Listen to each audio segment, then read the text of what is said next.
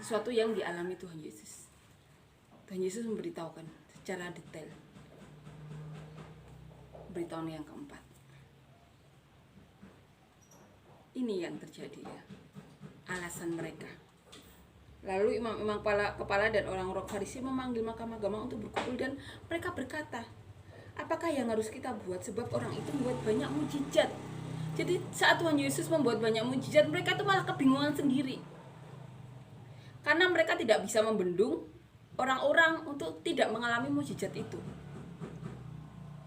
Apabila kita biarkan, maka semua orang akan percaya kepadanya dan orang-orang Roma akan datang dan akan merampas tempat suci kita serta bangsa kita. Ketakutan mereka sendiri. Tetapi seorang di antara mereka yaitu Kayafas imam besar pada tahun itu berkata kepada mereka, kamu tidak tahu apa-apa. Dan mereka tidak insaf bahwa lebih berguna bagimu jika satu orang mati untuk bangsa ini daripada seluruh bangsa kita ini binasa. Pengertian mereka sendiri yang malah menjerumuskan banyak orang ke dalam dosa.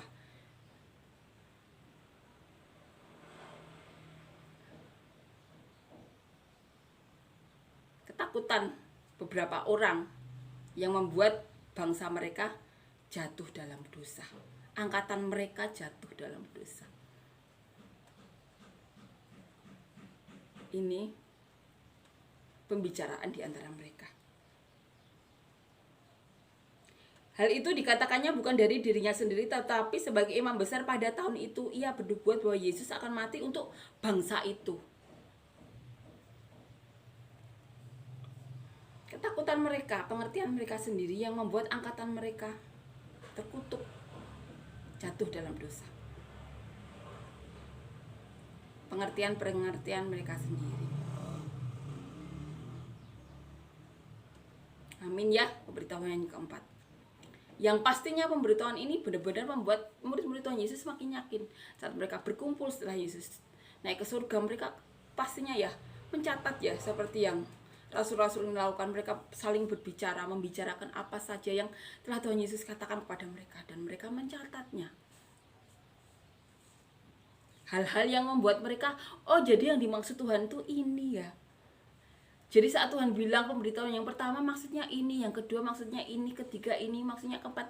Dan kejadiannya persis tepat seperti yang dikatakan Tuhan Yesus. Nama Kayafas disebut. Ini yang Tuhan Yesus beritahukan kepada murid-muridnya. Murid-murid Tuhan Yesus itu benar-benar saksi hidup yang dikatakan Tuhan itu. Mereka ingat, mereka catat. Dan apa yang dikatakan Tuhan Yesus persis terjadi, dialami Tuhan Yesus. Mereka saat diberitahukan pemberitaan satu, yang pertama, kedua, ketiga, keempat, mereka pasti belum mengerti 100%.